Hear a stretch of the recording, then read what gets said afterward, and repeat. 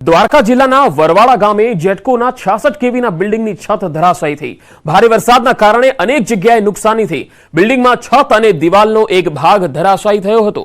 જેટકો બિલ્ડિંગમાં નુકસાન પહોંચતા આસપાસના અનેક ગામનો જે વીજ પુરવઠો છે એ ખોરવાઈ ગયો હતો। ચોમાસું જામ્યું છે ત્યારે ડાંગ જિલ્લાએ પણ સૌંદર્ય ધારણ કર્યું છે।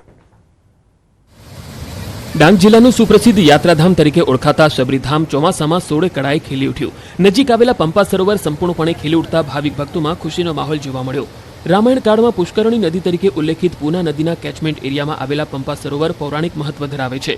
પંપા સરોવર ખાતે ત્રેતાયુગમાં ગુરુ માતંગ ઋષિ નિવાસ કરતા હોવાની લોકવાર્તા સાથે ગુરુ પૂર્ણિમા અને ઋષિ પંચમીના દિવસે પંપા સરોવરમાં સ્નાન કરવાનો મહિમા આ ભાવિક ભક્તોમાં ખૂબ જ આસ્થાનું કેન્દ્ર બન્યું છે। ડાંગનું દંડકરણી વનની અંદર આવેલ શબરીધામ સાથે પંપા સરોવરનું પણ અનોખું મહત્વ જોવા મળે છે। મહારાષ્ટ્ર તેમજ ગુજરાતના પ્રવાસીઓને ભાવિક ભક્તો આ પંપા સરોવરમાં સ્નાન કરી શબરીધામ ખાતે આવેલ શબરી માતાના દર્શન કરતા હોય છે। શનિ રવિને રજામાં અહીં સહેલાણીઓ પણ ઉમટી પડે છે। પ્રવાસન વિભાગ દ્વારા અહીં ઇકો પોઈન્ટનું પણ નિર્માણ કરવામાં આવ્યું છે। અને હવે વાત કરીશું ચાંદીપુરા વાયરસના કહેરની।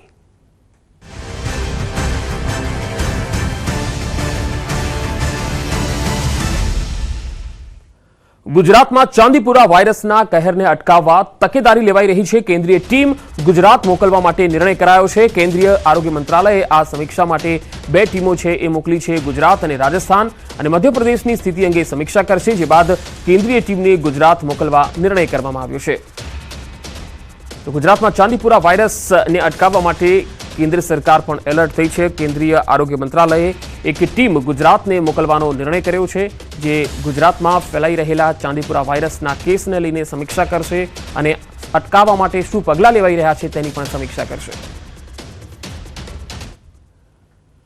ખેડા જિલ્લામાં ચાંદીપુરા વાયરસે કહેર મચાવ્યો। જિલ્લામાં વધુ 3 કેસ નોંધાયા છે, જેમાં એક બાળકનું શંકાસ્પદ ચાંદીપુરાથી મૃત્યુ નીપજ્યું હોવાનું સામે આવ્યું। ખેડા જિલ્લામાં ગળતેશ્વર, મહુધા અને મહેમદાબાદમાં ચાંદીપુરાનો કેસ નોંધાયો। આરોગ્ય વિભાગે ચાંદીપુરાના કેસને લઈ ભાવસિંહપુરા વિસ્તારના 17 ઘર અને 69 લોકોના સેમ્પલ લીધા છે। આ વિસ્તારમાં આરોગ્ય વિભાગ દ્વારા દવાનો છંટકાવ, ફોગિંગ કરવામાં આવ્યું। જિલ્લામાં અત્યાર સુધી 5 જેટલા શંકાસ્પદ કેસ નોંધાયા છે, જેમાંથી 1નું મૃત્યુ અને 3 દર્દી સારવાર હેઠળ છે, જ્યારે 1 બાળકને સ્વસ્થ થયા બાદ ડિસ્ચાર્જ આપવામાં આવ્યું।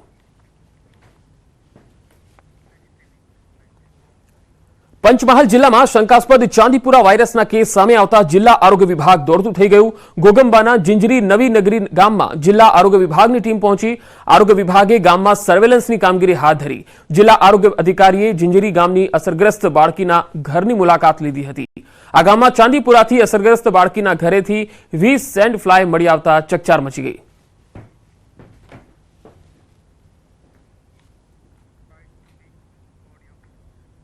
પંચમહાલ જિલ્લામાં અત્યાર સુધીમાં 7 જેટલા શંકાસ્પદ કેસ રિપોર્ટ થયેલા છે। આ કેસોમાં 3 ગોધરા તાલુકાના છે, 2 મોરવાડ અને 2 ઘોગંબા તાલુકાના છે। આ કેસોમાંથી દરેકના સિરમ સેમ્પલ લઈ અને લેબોરેટરીમાં મોકલી આપવામાં આવેલા છે। આમાંથી એક સેમ્પલ નેગેટિવ આવ્યું છે અને એક પોઝિટિવ આવ્યું છે। પંચમહાલ જિલ્લામાં શંકાસ્પદ ચાંદીપુરાના કેસમાં સતત વધારો જોવા મળ્યો છે, જેથી આરોગ્ય વિભાગ એક્શન મોડમાં છે। જિલ્લાના કાલોલ તાલુકામાં 3 અને ગોધરા તાલુકામાં 1 મળી કુલ 4 નવા કેસ નોંધાયા। જિલ્લામાં શંકાસ્પદ ચાંદીપુરાના કુલ કેસનો આંકડો 11 થયો છે અને મૃત્યુઆંક 4 પર પહોંચ્યો છે। કાલોલમાં ગરબાડાના શ્રમજીવી પરિવારના 5 વર્ષીય બાળકનું મૃત્યુ થયું। જિલ્લામાંથી આરોગ્ય વિભાગ દ્વારા અત્યાર સુધીમાં 220 સેન્ડ ફ્લાયના સેમ્પલ એકત્રિત કરી લેબોરેટરીમાં પરીક્ષણ માટે મોકલાયા છે। આરોગ્ય વિભાગ દ્વારા હાલ જિલ્લાના અસરગ્રસ્ત વિસ્તારમાં દવા છંટકાવ, તિરાડો પૂરવાની અને સર્વેલન્સની કામગીરી કરવામાં આવી રહી છે। પંચમહાલ જિલ્લામાં અત્યાર સુધીમાં 11 કેસ નોંધાઈ ચૂક્યા છે, જેમાંથી 4 બાળકોના મૃત્યુ નીપજ્યા છે, જે પૈકી 1 બાળક છે તેનો પોઝિટિવ રિપોર્ટ આવ્યો છે અને 1 બાળકનો નેગેટિવ રિપોર્ટ આવ્યો છે। પંચમહાલ જિલ્લાની આરોગ્યની ટીમ છે તેના દ્વારા સતત મોનિટરિંગ કરવામાં આવી છે, સાથે સાથે સર્વેલન્સની કામગીરી કરવામાં આવી છે। અત્યાર સુધીમાં 200 ઉપરાંત જે સેન્ડ ફ્લાય છે તેના નમૂના લઈ અને પુના ખાતે એકત્રીકરણ કરી અને તપાસ માટે મોકલવામાં આવે છે। આપણી સાથે જિલ્લા રોગચાળા નિયંત્રણ અધિકારી છે ડોક્ટર BK પટેલ, તેઓને જ પૂછવાનો પ્રયાસ કરીશું। સર, હાલ શું સ્થિતિ છે પંચમહાલ જિલ્લામાં ચાંદીપુરમના જે કેસો છે મળી આવ્યા છે અને આરોગ્ય ખાતા દ્વારા કેવા પ્રકારની કામગીરી કરવામાં આવી છે? પંચમહાલ જિલ્લામાં અત્યાર સુધીમાં શંકાસ્પદ 11 કેસો રિપોર્ટ થયા છે અને એ 11 કેસમાંથી બધાના સેમ્પલ લઈને મોકલવામાં આવેલા છે। એમાંથી એક નેગેટિવ અને એક પોઝિટિવ આવે છે. બાકીના રિપોર્ટ બાકીમાં છે. અત્યારે ફીવર સર્વેલન્સની કામગીરી કરવામાં આવી રહી છે, ક્રેક ફિલિંગની કામગીરી કરવામાં આવી છે અને જે કાચા માટીના મકાનો છે ત્યાં આગળ IRS કરવામાં આવ્યું છે. સર, આજે નવા 4 કેસ નોંધાયા છે. કયા જિલ્લામાં, કયા તાલુકામાં નોંધાયા છે અને ક્યાંના? આજના શંકાસ્પદ 4 કેસ રિપોર્ટ થયા છે. એમાં કાલોલ તાલુકાના 3 અને એક ગોધરા તાલુકામાં રિપોર્ટ થયો છે.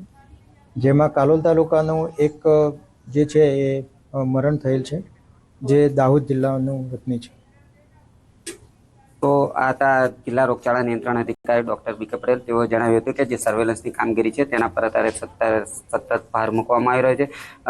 સાથે સાથે જે સ્થાનિકો છે તેઓને સમજાવટ કરવાના પ્રયત્નો કરવામાં આવી રહ્યા છે અને જિલ્લામાં જે અન્ય વિસ્તારો છે તેમાં પણ હાલ સર્વેલન્સની સઘન કામગીરી કરવામાં આવી રહી છે. રાજેશ જોશી, ન્યૂઝ 18 ગુજરાતી, કાલોલ, પંચમહાલ. દ્વારકામાં વરસાદે વિરામ લીધો છતાં મુશ્કેલી હજુ પણ યથાવત છે. હજુ પણ ભદ્રકાળી ચોક વિસ્તારમાં ઘૂંટણસમાં પાણી ભરાયેલા છે. લોકોને પાણીમાંથી પસાર થવાની ફરજ પડી રહી છે. આ તસવીરોમાં તમે જોઈ શકો છો કે ભદ્રકાળી ચોક વિસ્તારમાં હજુ પણ પાણી ભરાયેલા છે. અહીંથી અવરજવર ન થઈ શકે એ પ્રકારની સ્થિતિ છે. ચારે બાજુ પાણીનું સામ્રાજ્ય જોવા મળી રહ્યું છે. લોકોને ખૂબ જ હાલાકી પડી રહી છે. અવરજવરમાં લોકોને હાલાકી પડી રહી છે કારણ કે આ વિસ્તારમાં હજુ પણ પાણી ઓસર્યા નથી. ગઈકાલે પણ અહીંયા 7.5 ઇંચ જેટલો વરસાદ પડી ગયો. એટલે કે રાજ્યમાં જે 99 તાલુકામાં વરસાદ થયો છે એમાં સૌથી વધારે દ્વારકામાં જ પડ્યો છે વરસાદ. તેમ છતાં વિરામ તો લઈ લીધો છે. રાત્રે વરસાદ નથી પડ્યો, પરંતુ જે નીચાણવાળા વિસ્તારો છે ત્યાં હજુ પણ પાણી ભરાયેલા છે, જે નહીં ઓસરવાના કારણે અવરજવરમાં લોકોને ખૂબ જ હાલાકી પડી રહી છે.